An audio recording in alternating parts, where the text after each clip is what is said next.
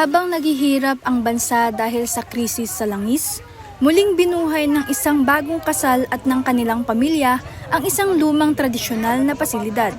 Isang kahoy na kareta o kariton na kilala bilang pasagad o kareta sa Ilocano na hinihila ng isang kalabaw upang gamitin bilang sasakyan ng sila ay ikasal noong 8 ng Abril sa Santa Marcela, lalawigan ng Apayao. Sumakay sa kareta ang 26 na taong gulang na nagtapos sa criminology na si Giovanni Zuniga ng Santa Marcela sa Apayao at ang kanyang nobya, ang 26 na taong gulang na nagtapos sa public administration degree na si Melody Baquiran ng Igig sa Cagayan papunta sa simbahan at pabalik sa kanilang bahay para sa reception. Ang krisis sa langis ang isang salik sa pagdisenyo ng tradisyonal na kariton ayon sa ina ni Giovanni na si Joy Zuniga sa isang online na panayam ng news correspondent Stringer ngayong linggo. Gayunpaman, isang dekada ng tradisyon sa mga taga-Apayao ang sumakay papunta sa bukid dala ang kanilang mga kareta at hinihila ng mga kalabaw.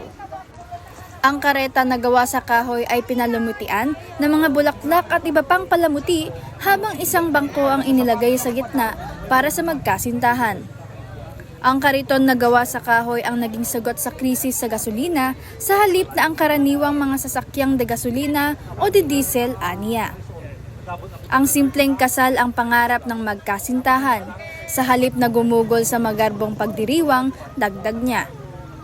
Sinabi ni Zuniga na dati silang sumasakay sa mga kariton na hila ng kalabaw habang lumalaki sila mula sa kanilang mga magulang na mga magsasaka sa Apayao.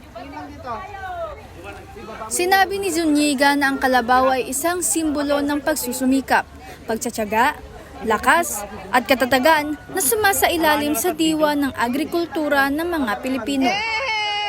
Ibinahagi ng mga taga-nayon ang kanilang paghanga sa pagiging kakaiba ng sasakyan.